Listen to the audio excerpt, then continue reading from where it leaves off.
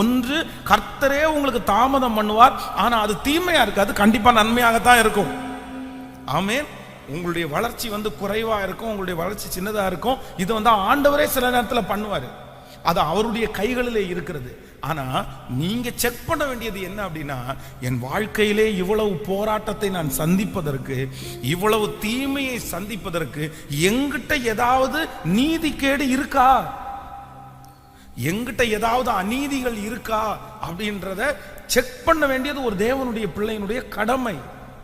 எனக்கு ஏன் இது நடக்கல, எந்த விதத்துல நான் மிஸ்டேக் பண்ணேன், நான் ஏதாவது தாழ்ந்து போக வேண்டியது இருக்குதா, நான் யாரையாவது மன்னிக்க வேண்டியது இருக்குதா, நான் இன்னும் ஜெபம் பண்ண வேண்டியது இருக்குதா, இல்ல இதுக்கு முன்னாடி ஏதாவது ஒரு தப்பு பண்ணி என் தலை மேல அந்த சாபத்தை வாங்கி வச்சிருக்கிறேன்னா, ஏன், என்ன காரணம், என் வாழ்க்கை இப்படி இருப்பதற்கு என்ன காரணம், நான் காரணமா இல்ல கர்த்தரா அனுமதிக்கிறாரா, இப்படி நீங்க கண்டிப்பாக உங்களை சோதித்து பார்க்க வேண்டும்.